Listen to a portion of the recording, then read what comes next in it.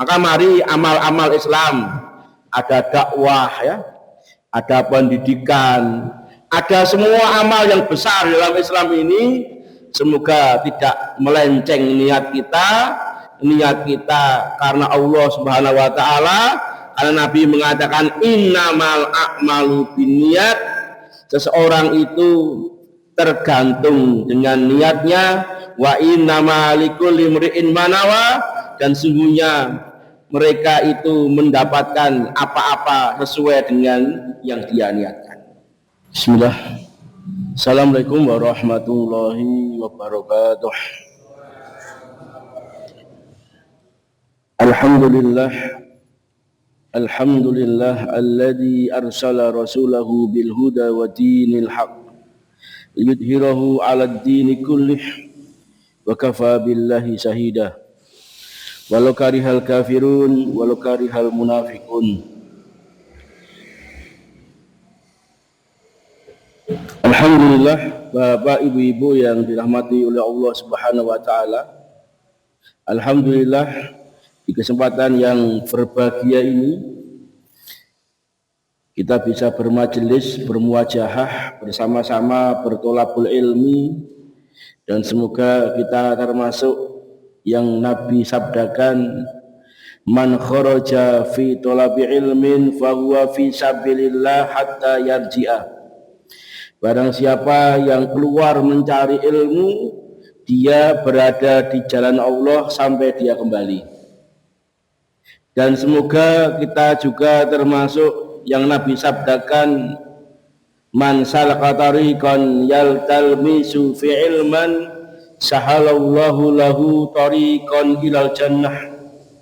Barang siapa yang menempuh jalan untuk mendapatkan ilmu, Allah akan mudahkan jalannya untuk mendapatkan surga Allah Subhanahu wa taala. Alhamdulillah, pada kesempatan yang berbahagia ini kita masuk di bab yang baru, bab yang sangat penting di dalam buku ini, babul ikhlasi wa ihdarin niyah fi jam'il a'mal wal aqwal wal ahwal al bariyah wal khafiyah. Bab tentang ikhlas wa ihdarin niyah, dan bab untuk menghadirkan niat fi jam'il a'mal wal aqwal, di setiap amal-amal kita, baik perkataan-perkataan kita, ucapan-ucapan kita, wal ahwal, di setiap keadaan, al-bariyah, baik amal yang terang-terangan, wal khafiyah, maupun amal-amal yang tersembunyi. Mari kita buka firman Allah Subhanahu wa taala di dalam surat Al-Bayyinah ayat yang kelima, wa ma umiru illa liya'budullah mukhlishina lahuddina hunafa'a wa yuqimu sholata wa yu'tuz zakata wa dzalika dinul qayyimah. Ayat ini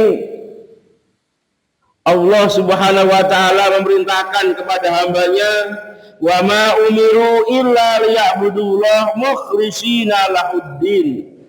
Allah Subhanahu wa taala memerintahkan supaya kita mengibadahi Allah mukhlishina lahuddin, dan memurnikan keikhlasan hanya kepada Allah Subhanahu wa taala. Berarti setiap amal itu harus ada memurnikan, karena lawan dari ikhlas adalah syirik kepada Allah Subhanahu wa taala. Maka mari kita hadirkan di dalam amal-amal kita ini mukhlishina lahuddin, ya, memurnikan, khalis, ya, murni karena Allah Subhanahu wa taala. Karena inti dari tauhid adalah ikhlas. Karena tauhid itu adalah memurnikan, ya, mengisahkan Allah Subhanahu wa taala fil ibadah, di dalam kita beribadah kepadanya. Dan kemudian Imam Nawawi rahimahullah taala menukil surat Al-Hajj ayat yang ke-37. La yanalullah ruhumuha wala dima'una wala dima'uha walakin yanaluhu taqwa minkum. Di dalam kita beribadah korban, Allah berfirman, yang sampai kepada Allah itu bukan daging-dagingnya, bukan darah-darahnya, tetapi yang sampai kepada Allah adalah ketakwaan di antara kalian. Maka ketika kita berkorban dengan binatang yang besar, mungkin kambing, sapi, insya Allah pahalanya lebih besar daripada yang kecil. Tapi harus ada ikhlas karena Allah Subhanahu wa taala. Karena Allah Subhanahu wa taala tidak membutuhkan darah dan dagingnya, tetapi yang sampai kepada Allah adalah ketakwaan kita.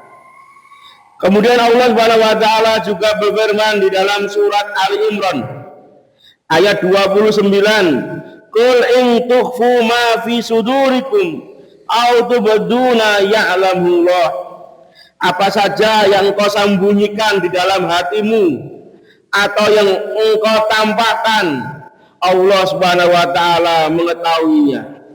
Maka Bapak Ibu-ibu yang dirahmati Allah Subhanahu wa taala, ini hadis-hadis, ini ayat-ayat Allah Subhanahu wa taala yang ini menjadi muqaddimah pendahuluan bahwa hendaknya kita ini beramal dengan menghadirkan niat ikhlas karena Allah di setiap amal kita, di setiap perbuatan kita, dimanapun kondisi kita, baik amal yang nampak maupun amal yang kita sembunyikan.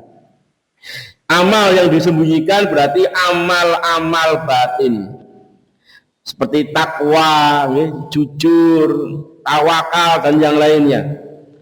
Mari kita mulai dengan hadis yang diriwayatkan oleh Umar bin Khattab radhiyallahu an.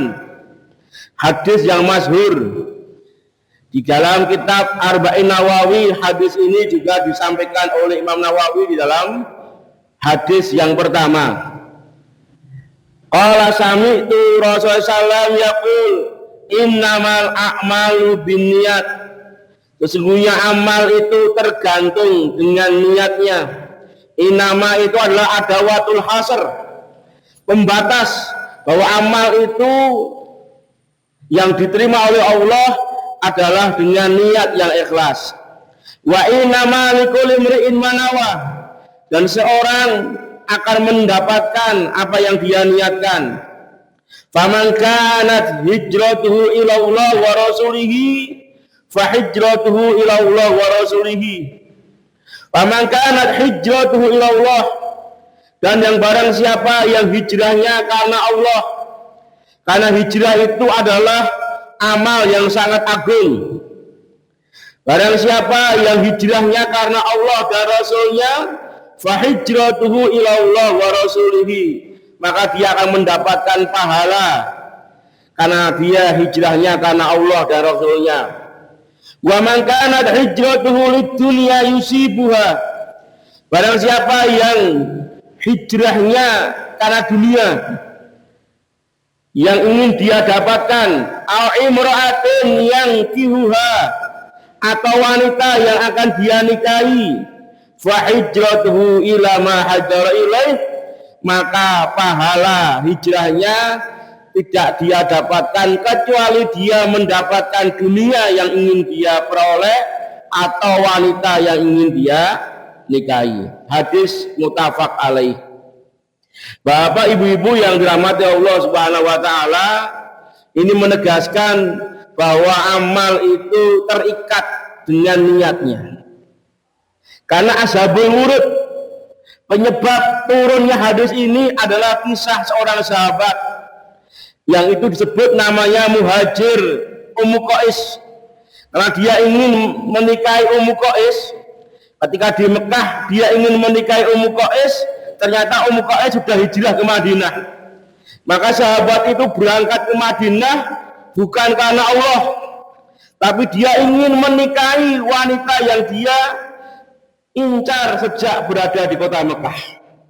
Maka dia disebut Muhajir Ibnu Qais. Muhajir Ummu Qais. Hijrah karena seorang wanita yang bernama Ummu Qais. Dia tidak mendapatkan apa-apa, casingnya hijrah, tapi tidak mendapatkan pahala kecuali dunia yang ingin dia dapatkan atau wanita yang ingin dia nikahi. Maka saya mohon kepada Allah Subhanahu wa taala dan meminta kepada para jamaah, semoga saya pribadi sebagai seorang mubalik, mari kita luruskan niat kita bahwa kita ini berdakwah karena Allah Subhanahu wa taala, bukan karena dunia yang ingin kita dapatkan atau yang lainnya. Kalau terbentuk hati kita niatnya bukan karena Allah, kita hanya mendapatkan dunia yang kita inginkan, tapi di akhirat tidak mendapatkan pahala sama sekali.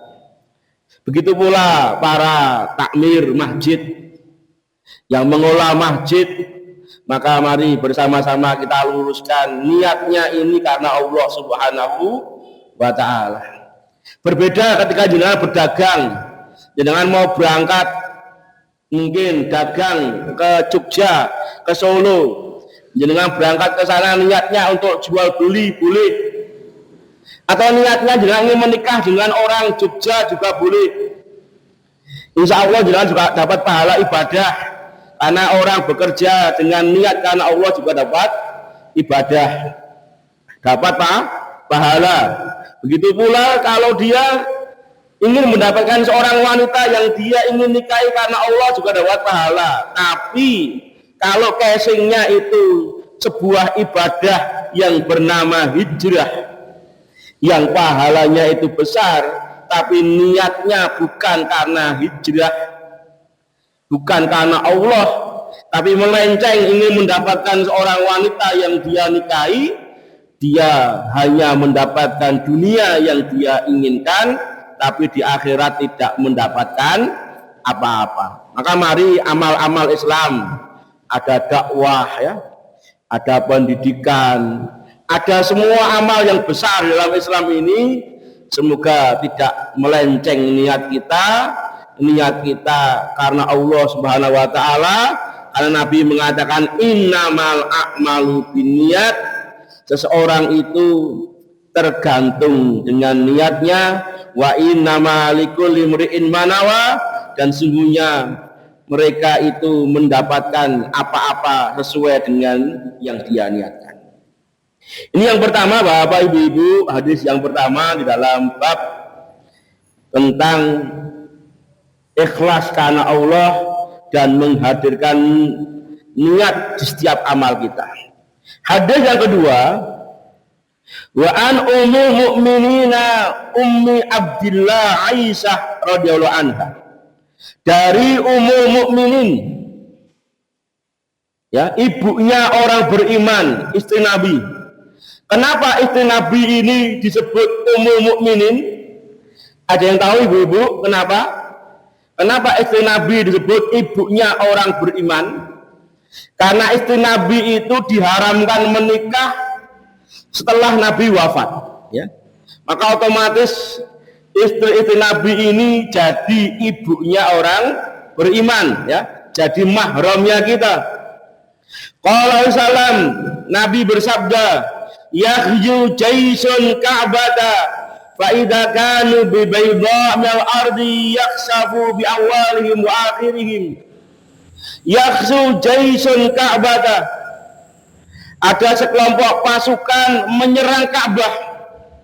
Ketika sampai di daerah yang bernama Bayda, pasukan itu ditenggelamkan oleh Allah, maka pasukan itu oleh Allah dihancurkan dari yang pertama sampai terakhir. Pasukan itu semua ditenggelamkan. Ada 3 peristiwa besar penghancuran Ka'bah. Yang pertama adalah peristiwa ketika Nabi lahir, yaitu ketika Raja Abraha dari Yaman menyerang Ka'bah. Karena Abraha jengkel, Abraha ini beragama Nasrani, beliau membangun gereja yang besar di Son'a, di ibu kota Yaman. Tapi ternyata gereja ini pengunjungnya sepi. Ternyata orang-orang Arab jahiliyah dan sebagian yang masih menganut agamanya Nabi Ibrahim, mereka ziarah ke Baitullah. Maka Abraha marah, Abraha ingin menghancurkan Ka'bah. Wa arsala alaihim tayran ababil. Kemudian Allah kirim sekelompok burung untuk menghancurkan pasukannya Abraha. Ababil itu bukan nama ya, bukan nama burung. Ababil itu dalam bahasa Arab artinya jama'atun, sekelompok burung. Kula nggih mboten ngerti nggih, manuk cocak rawa napa manuk pleci nggih. Maka tayron ababil, Allah kirim tayron ya, burung ababil sekelompok ya. Sekelompok apa? Burung yang membawa batu dari api neraka. Ini peristiwa yang pertama. Peristiwa yang kedua, Ka'bah itu nanti akan dirobohkan di akhir zaman, menjelang hari kiamat. Yang merobohkan adalah Sawaqataini, seorang lelaki kurus hitam dari Habasyah, dari Ethiopia. Dia bawa cangkul, bawa sekop, dia hancurkan, dia robohkan Ka'bah.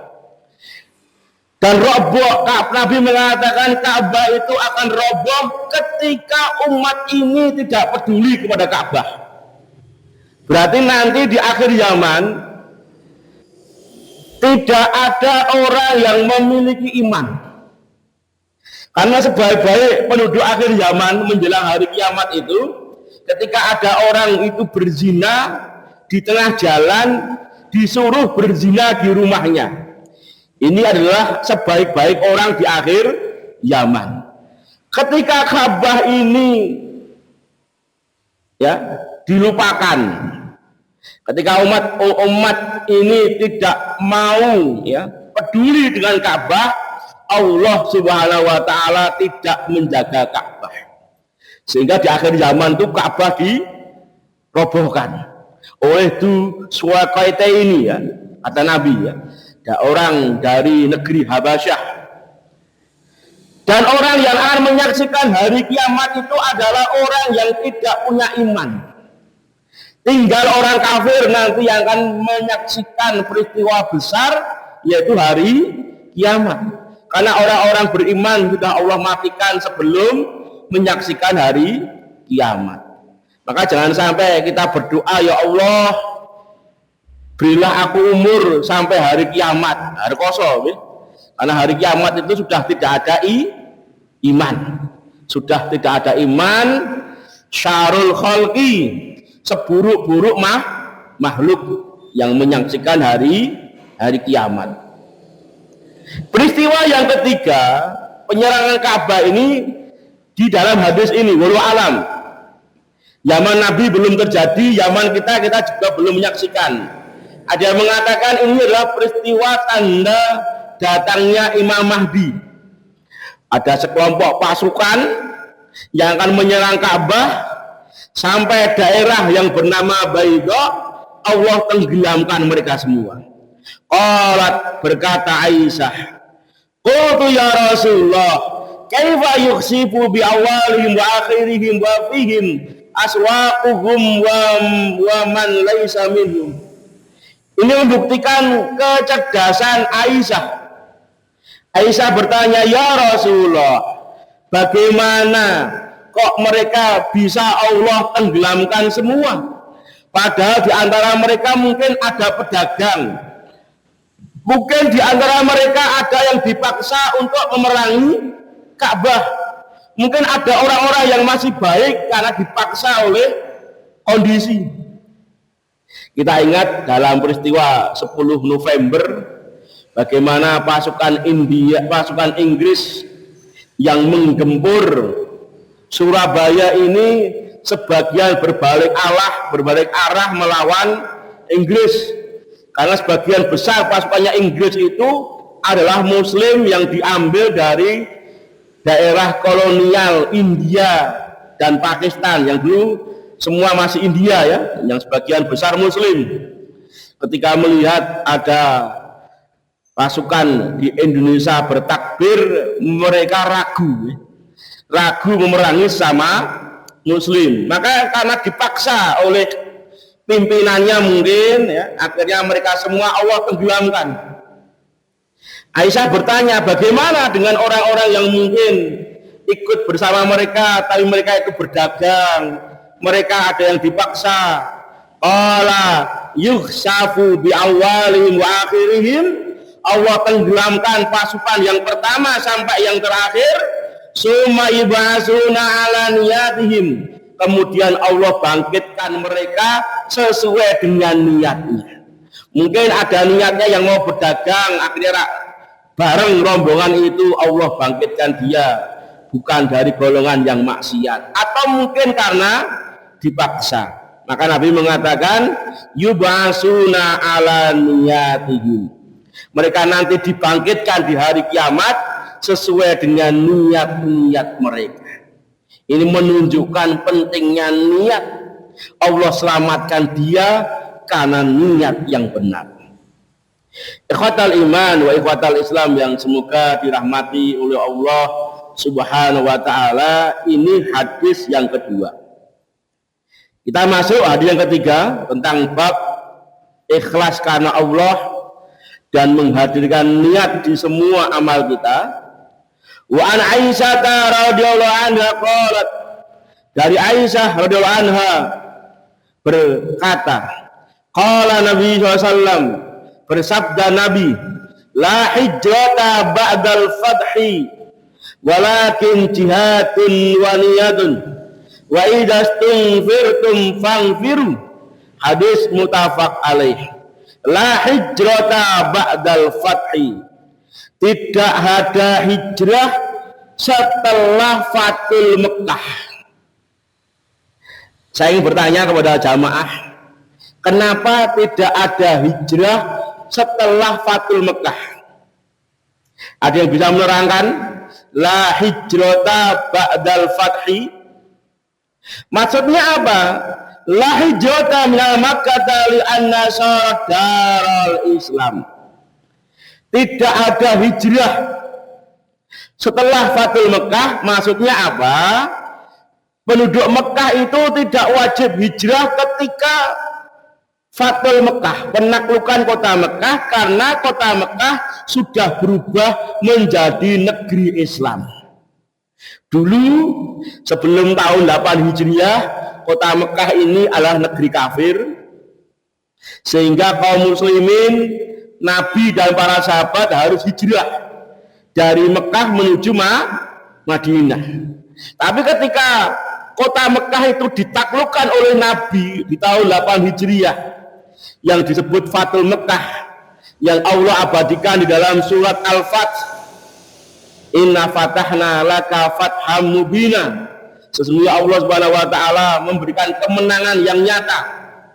Maka kota Mekah yang dulu negeri, bukan negeri muslim, ketika ditaklukkan oleh kaum muslimin sudah menjadi negeri muslim, malah hari ini menjadi kiblat kita. Maka orang yang ada di kota Mekah tidak wajib untuk hijrah, karena sudah berubah kondisi. Walakin jihadun wa niyatun, akan tetapi yang ada adalah jihad dan niat. Berarti amalan yang bisa menanding hijrah adalah jihad fisabilillah. Tapi jihadnya harus ada niat yang benar. Maka Nabi pernah mengatakan, man qatala hamiyah, barang siapa berperang karena fanatik golongan. Man qatala liyudkar, barang siapa yang berperang karena ingin disebut, dipuji. Man qatala saja'ah, barang siapa yang berperang karena ingin dikatakan pemberani. Itu semua bukan di jalan Allah. Itu semua amalnya tidak akan diterima oleh Allah. Yang diterima oleh Allah adalah man qatala litakuna kalimatullah hiya ulia, yang diterima oleh Allah adalah orang yang berperang untuk menegakkan kalimat Allah yang tinggi. Berperang untuk membela negara harus diniatkan karena Allah Subhanahu wa ta'ala. Ini penting, ini penting. Maka Nabi mengatakan orang yang berperang karena ingin disebut, ya, ingin membela golongan, ingin membela, ingin dikatakan pemberani dan yang lainnya, semua itu bukan di jalan Allah. Lalu Nabi mengatakan, man qatala litakuna kalimatullah hiya ulya fahuwa fi sabilillah. Barang siapa yang berperang ingin menegakkan kalimat Allah yang tinggi, maka itulah yang berada di jalan Allah. Inilah pentingnya apa? Niat. Pentingnya niat.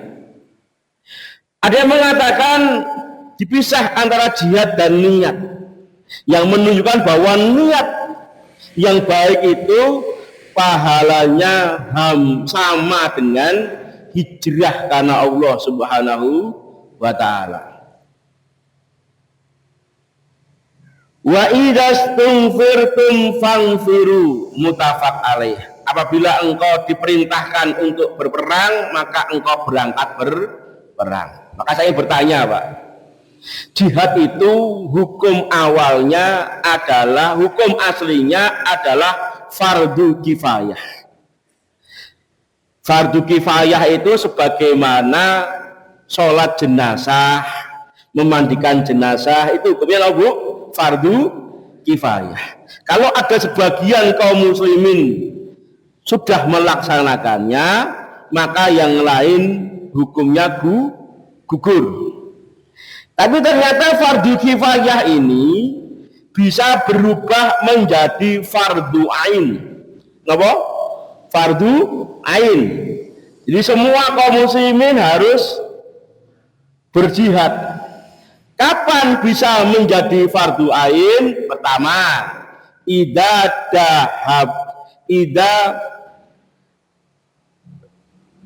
apabila musuh telah masuk ke negeri kita. Idza dahaba aduwi baladan. Apabila musuh telah masuk negeri kita. Indonesia dijajah Belanda. Maka seluruh penduduk Indonesia itu hukumnya adalah fardu ain untuk mengusir sampai wanita dan anak-anak. Hukumnya jadi fardu ain. Tidak perlu seorang anak izin kepada orang tuanya, budak izin kepada majikannya, seseorang izin kepada pimpinannya, karena hukumnya idza dahaba al-dua baladan.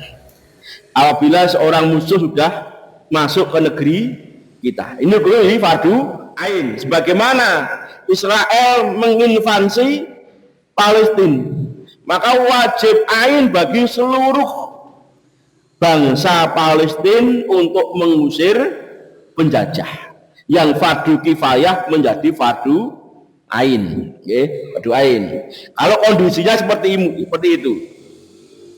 Yang kedua yang menjadi fardu ain karena apa? Karena hadis ini mengatakan wa idza tunfirtum fangfiru. Ketika diperintah oleh seorang pimpinan, ya, mungkin pimpinan memerintahkan untuk menyerang, Nabi memerintahkan sahabat untuk melakukan penyerangan, maka yang ditunjuk oleh Nabi itu hukumnya jadi wajib. Yang ketiga, penyebab fardu ain adalah ketika bangsa muslim itu diserang, kok bangsa muslim itu tidak mampu mengusir penjajah, karena penjajah itu kuat, maka negeri-negeri muslim yang berdekatan dengan negeri yang diserang itu menjadi fardu ain.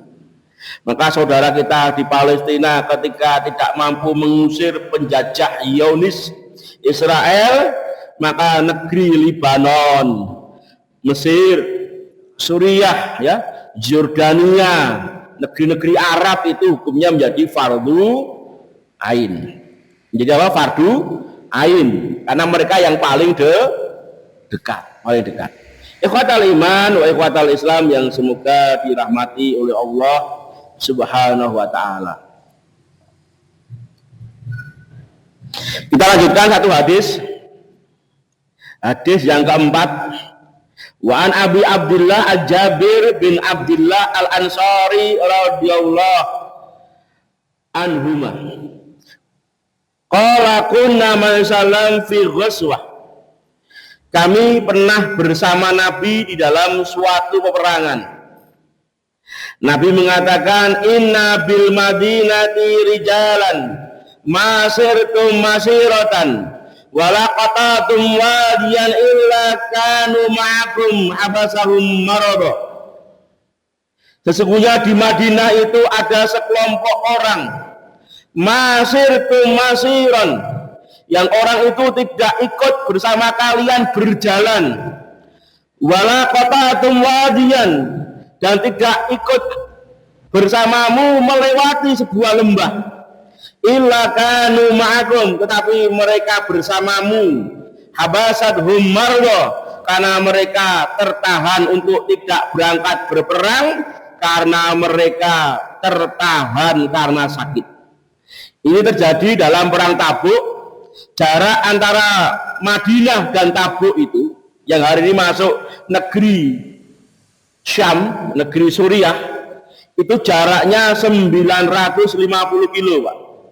Waktu itu dalam kondisi kemarau, Nabi berperang melawan Romawi. Banyak orang munafik yang tidak ikut, tapi juga banyak sahabat yang tidak bisa ikut karena ada sebagian dari mereka terhalang karena sakit. Ternyata orang-orang yang terhalang karena sakit tapi punya niatan untuk berangkat, dia mendapatkan pahala yang sama dengan yang berangkat. Dalam hadis lain, wa fi riwayah illa syarikukum fil ajr. Mereka itu, kata Nabi, berserikat denganmu, bersekutu bersamamu karena pahala, ya. Mereka ini sama-sama mendapatkan pahala.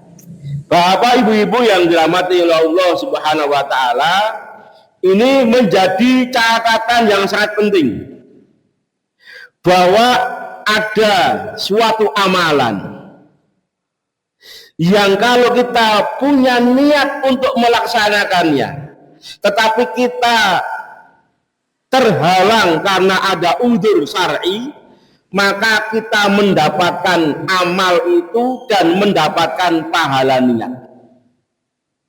Itu dibagi dua oleh para ulama.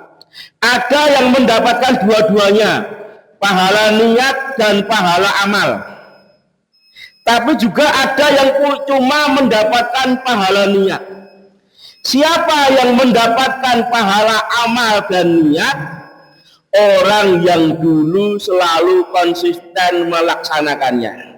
Ketika muda, ketika sehat, dia selalu mengerjakan sholat, selalu puasa, ya, mungkin selalu beramal soleh. Ketika tua, dia mungkin berkurang dalam melaksanakan ibadah sholat sunnahnya, berkurang dalam mengerjakan ibadah puasa karena uzur. Orang seperti ini karena sebuah kebiasaan yang baik di masa lalu, dia mendapatkan pahala double, Pak. Ya, pahala baiknya niatnya dan pahala amal sebagaimana ketika dia sehat. Ini sesuai dengan hadis. Wa ida marodo, ya, abdin au safarin kutibat lahu makana ya'malu mukiman sahihan. Apabila seorang hamba itu sakit atau dalam kondisi bersafar, dia akan ditulis pahala, ya, ditulis pahala sebagaimana dia dalam kondisi mukim dan kondisi sehat. Nah, ini pentingnya, Pak. Pentingnya ketika kita diberi kelapangan, dulu kita sering infak, Qadarullah usaha kita bangkrut, kena pandemi corona mungkin, tapi dulunya kita rajin infak. Ketika kita tidak bisa infak, tapi kita dulu sudah biasa infak, kita akan mendapatkan pahala sebagaimana dulu kita pernah infak.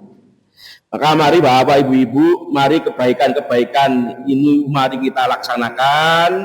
Ketika Allah Subhanahu wa taala mungkin ketika kita tidak mampu melaksanakan karena terbentur oleh udzur, baik sakit atau kondisi safar atau kondisi yang lain, Allah akan tulis pahala yang sama ketika kita mukim, ketika kita sehat. Ini yang pertama, Bu. Yang kedua, orang yang hanya mendapatkan pahala niat, yaitu dulu ketika dia sehat, ketika dia mungkin diberi kelapangan, dia tidak mengerjakan. Tapi dia ketika mungkin sakit atau yang lainnya, dia punya angan-angan. Saya punya niat ingin sholat malam. Kira Bu, niat pengen apa? Sholat malam, tapi nggak bisa sholat malam. Tapi udah ada niat, dia dapat pahala niat. Tapi tidak mendapatkan pahala yang sebagaimana yang pertama. Yang pertama, pahala amal ibadahnya dapat, pahala niatnya juga dapat. Maka mari saya berwasiat untuk saya pribadi dan kepada para jamaah yang hadir, mari kita lazimi amal-amal kebaikan. Ketika nanti Allah takdirkan kok kita terkena udzur, kita sudah mendapatkan pahala yang dulu sering kita konsisten untuk melaksanakannya. Dulu sering kita melazimi, sering terus-menerus mengerjakan, insya Allah walaupun kita terkena udzur, Allah sudah mencatat sebagaimana kita dalam kondisi mukim dan dalam kondisi sehat. Ini pentingnya niat. Bapak Ibu-ibu yang dirahmati Allah Subhanahu wa taala, mungkin ini yang bisa kami sampaikan walaupun materi belum selesai. Insya Allah kita lanjutkan Selasa depan kalau Allah mentakdirkan. Kalau Allah mentakdirkan. Kita tutup dengan doa kafaratul majelis karena sudah masuk waktu sholat Isya. Subhanaka Allahumma bihamdika asyhadu an la ilaha illa anta astaghfiruka wa atubu ilaik. Akhiru da'wana kulakum assalamualaikum warahmatullahi wabarakatuh.